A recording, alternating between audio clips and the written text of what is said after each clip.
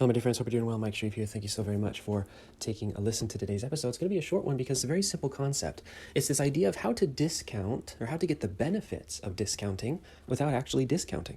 So we all know that our clients and customers, when we generate sales campaigns or marketing campaigns that involve a discount, we tend to see a higher volume of transactions, right? It's marketing and sales 101. Discount, get more sales. The problem is that discounting is a double-edged sword. It never ends up working how we want it to work, and it has a long list of negative side effects. So for example, when you discount often, it trains your customers or clients to wait for the discount, which means by definition, you constrict the evergreen ability of your offers or services. In other words, you have to use launches, whether you want to call them launches or not, you can call them fire sales, you can call them, discount product launch, whatever you want to call them. You have to end up getting in the launch cycle, which means you only make cash when you put forth effort and put together a discount and all that kind of stuff, which is problematic if you're trying to get into peaceful profits.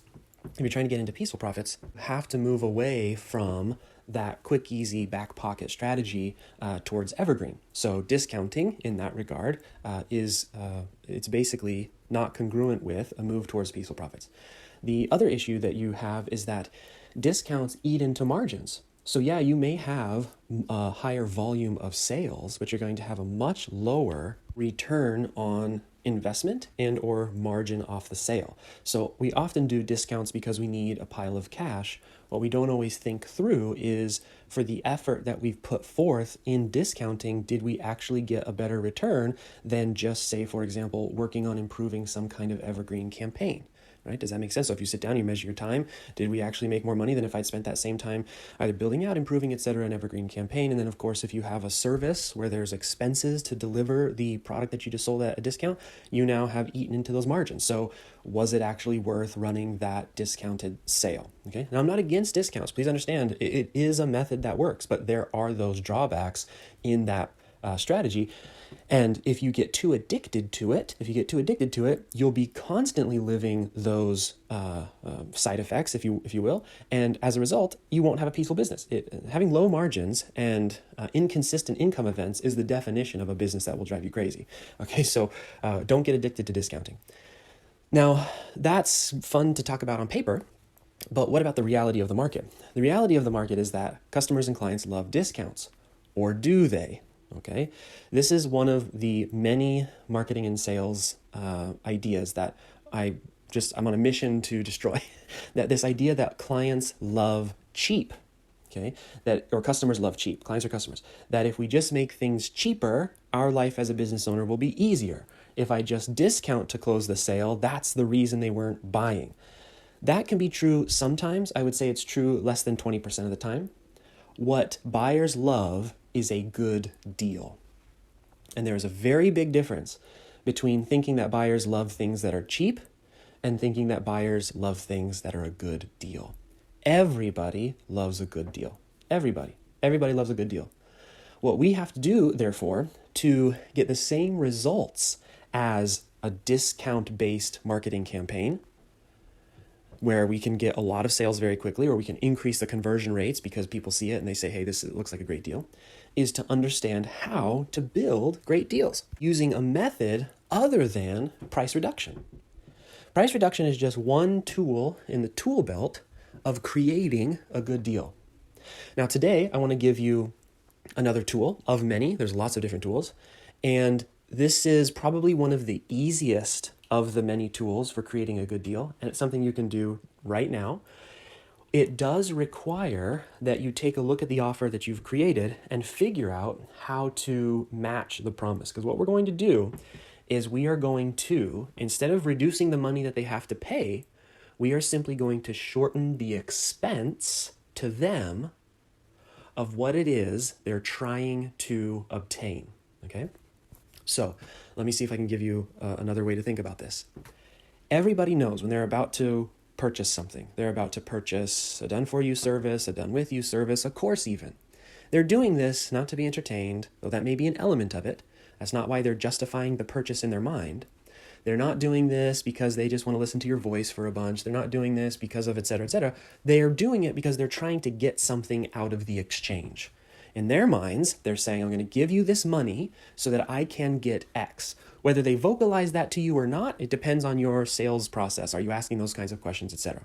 But at the end of the day, when people are purchasing done with you, done for you, courses, etc., they are trying to, what they're trying to do is get an outcome. They are purchasing that with money, knowing that money isn't the only expense, right? So if somebody purchases a fitness program, if they're an average thinking adult, they know it's not just money and all of a sudden the weight just drips off. They know they're going to have to do a fitness thing and they know they're going to have to eat a certain way. And these are all expenses in their mind. It costs them. It costs them willpower. It costs them sacrifices. It costs them whatever. So there's going to be a time element in it. So what we can do to make our offer a better deal is to simply reduce the expenses associated with our offer that aren't money. Or that isn't money. I'll give you some examples. There is the expense of time, right? That's typically an expense associated with many offers in the help industry. Example, if it normally takes 6 months to lose 10 pounds with a personal trainer, I can help you lose 10 pounds in 90 days without one. So in that instance, we have said you don't need to spend time going to the gym, going to a personal trainer, scheduling it so that your schedule matches the time of the personal trainer. And it's not going to take you 6 months, it's going to take you 90 days. So we reduce the expense of time for that particular offer. So now that particular offer has improved in the eyes of the prospect as a deal. Now the key here, as you see here that I've said 6 months to lose 10 pounds with a personal trainer, what I'm trying to do is I'm trying to explain to the prospect that according to the average expectation in the market, right?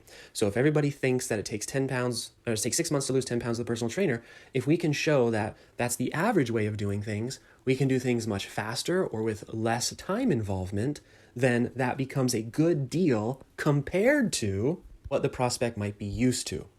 This is discounting. Think about what a discount is. You say, here's what the normal price is, here's what the new price is. It's simply a comparison. All discounts, and especially in the help industry, almost all price is it's absolutely elastic. It has no actual bearing. It's essentially value created based off of almost nothing, right? In terms of how we justify the value and things like that. That's just the reality. The truth is that's true of almost all products and services, especially true in the help industry. So when we say something is $1,000 and now it is $250, the only actual context that a prospect has is the comparison to the price it was before. So if we are going to create a deal by thinking about time, we have to think of what is the prospect used to, what do they think the normal average time expenditure would be, and then we can reduce that time significantly. I'll give you another example. If it normally takes 5 years to become profitable on a farm, I can help you break even in your first year and be profitable by your second, right? So we have drastically reduced the time to outcome. Now, where did I get that 5 years to become profitable on a farm? I looked around and there's blog posts and YouTube videos and et cetera. And I know that because personally, we're working on building our farm and all that kind of stuff. And so I know that on average, at least from what I've learned so far, it takes about 5 years before you really start turning a profit on a farm. If someone came to me and said, I can teach you how to be break even on the first year and be profitable by the second, I would be like, oh my gosh, that's a deal. Right? Because I'm a buyer who doesn't want to take 5 years. I don't really have 5 years. I'm getting up there in age. I don't want to spend 5 years before my farm starts producing. Okay, another example, right? Because these all kind of sound like your typical type of offers. Here's another example. If it normally takes you 10,000 hours to master the piano, to play any song that you want to play, I can teach you every single one of your favorite songs in just 20 hours if you follow my special chord recognition system or whatever, my book of tabs. Piano tabs. Don't even worry about learning the notes, just do the, whatever. So again, this is reducing the expense of time and using what the market typically believes is the time expenditure as the starting point and then discount against that. Let me give you another one. What about an expense of effort? Okay, this is one of my favorite marketing This is one of my favorite sort of pitches, if you will, or big ideas that's currently running around the marketplace. Lots of people are doing it, as typically happens. One person puts it up first, and then everybody copies them. But it is, I'll hire and train your sales team from scratch for you. I'll hire and train your sales team from scratch for you. This is a complete discount in effort. Okay, so when we think about hiring, training, and making sure that our sales team is performing, we think of what? A huge time investment, yes, but also a huge effort investment. Oh my gosh, I'm going to have to put out a job description, and then I'm going to have to, and I don't even know what I should be looking for, and then I'm going to have to do the interviews, then I'm going to have to. So if we can reduce the expense of effort, that seems like a really good deal compared to what we are expecting we will have to go through to get that same result. Now, I want to point this one out in particular because nearly every single one of these that I've seen, and there's a couple now out there that are exactly this exact promise, what you have to be careful of is you as the provider of this service or whatever. So as you're saying, I'm going to give you a discount by reducing effort or reducing time, you have to be smart about your solution, right? It would be easy for you to make this kind of promise and then go do something that's completely over leveraged. So you're working way harder than you need to be. Most of these guys, and they're all guys so far that I've seen, they are playing two angles. They'll have that offer running to business owners, and then they'll have another offer running to people who want to become salespeople. They're both group coaching programs. They take the people who want to be salespeople, they put them through their little 6-week, 8-week, whatever course that teaches them how to be good salespeople. And the promise they make is, if you pass our class, we'll connect you with your first client. So again, it's all leveraged. It's all basically dipping from both sides, and that's how they're able to make those promises without over leveraging themselves. So again, it's easy to make promises, but you have to be careful about your own fulfillment. How are you going to do it without completely, running yourself into the ground? And these handful of companies that I've seen making the same promise have got that sorted out, it seems. Okay. Next is expense of risk, right? So expensive time, expensive effort, right? These are pretty straightforward. Expensive risk. I'll get you 20 new leads or you don't pay, right? The you don't pay, that's a very common one. We can dissect the history of that. Alex Becker had this will, I can't remember the high roast, this will reduce your costs by 25% or you don't pay. Now everybody's doing the or you don't pay, right? Again, you got to be careful about the promises, make sure you can actually fulfill, but that's an expense of risk, okay? This is a deal, this is a discount compared to everybody else because everybody else is going to charge you whether they get you the leads or not. We'll get you the leads or you don't pay. Okay, so these are obvious, right? You could play with this. All you have to do is sit down and think about, what are the expenses that my prospect is thinking about when they're about to purchase from me. Okay, so you can think about that. What you then have to do, however, is think about the non-obvious expenses. Okay, because today's world is quite competitive. Like I said, lots of people are using the or you don't pay. Lots of people are literally running the same I'll hire and train your sales team from scratch offer, right? So there's just a lot of people doing a lot of the same things, and that happens, right? That's just the nature of the game. What you can do to make your discount seem unique is to think of the unobvious expenses that people associate with the outcome that you're trying to deliver. I'll give you one example here, and this is one that is more relevant to almost all offers than I think most people first think about. But what about the expense of embarrassment, right?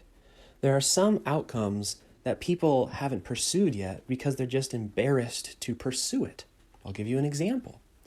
What if you were an expert in helping people save their marriage without having to go see a therapist, right? There's a lot of people who want to fix their marriage, but culturally we're raised to believe that therapy was for weak losers, etc. And so they're looking for a way to not be embarrassed while also saving their marriage.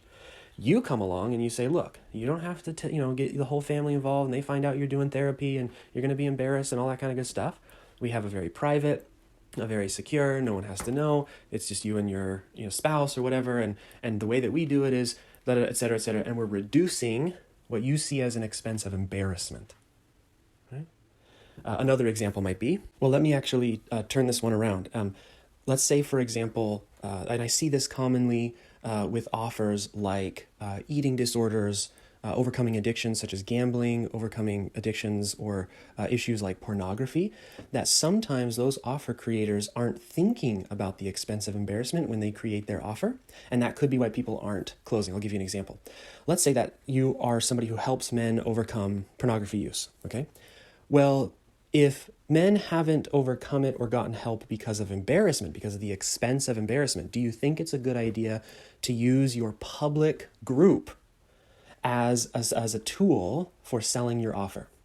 The answer is probably not. That might actually be the thing that turns people off, right?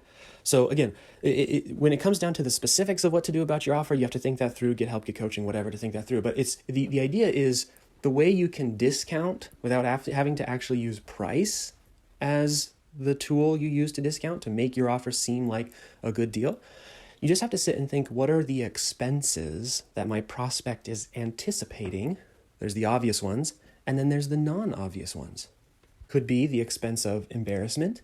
Maybe they are anticipating the expense of having to break off relationships. Say, for example, maybe you help people who are very codependent and you help them to be free. Well, one of the things that they are anticipating while they're about to, think about purchasing your thing is, what about all these relationships, right? Because maybe they're thinking, maybe it's average in that market to think in black and white. Either you are codependent or you don't have any relationships, right? And so one of the ways you can make your offer seem like a really good deal is to say, look, we get it. We're not here to try and make it so you don't have any friends. You can keep your friends. You can keep your family relationships. We're just going to teach you how to be independent within those relationships, right? So what did we just do? They were anticipating this big expense, this big emotional, I'm going to have to cut ties, and I'm going to be by myself. And we just said, no, we can still get you the outcome you want, and you don't have to spend that emotional energy or go through that experience, right? Another unobvious one might be the expense of doing things in public. You may call it embarrassment.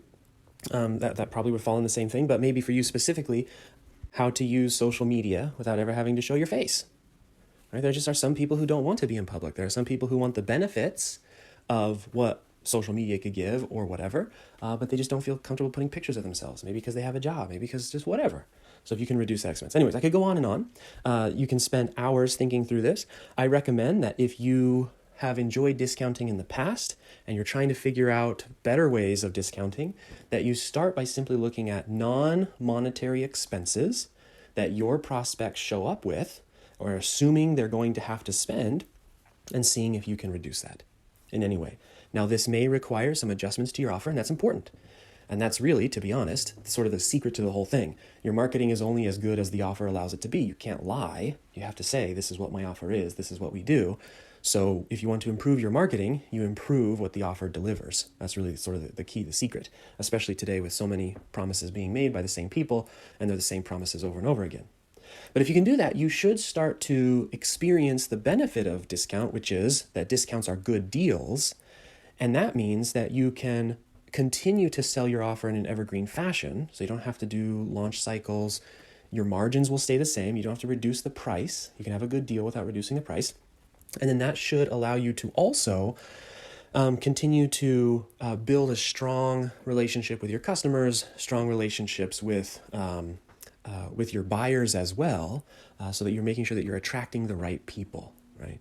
We want to make sure that we are attracting people who want the desire, who have the cash, who are serious about it, but who are looking for a good deal in some way. Okay, so that's it, my friends. Really nice and short and sweet today. If you would like some help in coming up with these kinds of strategies for your offer, if you'd like to learn more about what the other many, many different ways are to creating a good, strong, solid offer, that's exactly what we do here at Peaceful Profits, among other things. We help people to create evergreen offers with really strong margins that allow them to continuously sell without having to get into the hectic nature of launches, without having to cut into their margins, without having to deal with discount buyers. And all of that leads to just better results for the people who buy, right? It's very difficult for us to deliver our best when we're struggling to keep the business afloat. We want to have offers that financially support us. In order to do that, we need to have strong, well thought through plans and strategies to give everybody what they want. A good deal for the client and space for you to serve that client. Okay, my dear friends, that's it. Again, if you want help with this kind of stuff, peacefulprofits.com/call. Let's chat. Let's see how we can help you. We've got all sorts of different options done for you, done with you, do it yourself. Hope you have a wonderful day, and we'll see you in the next one.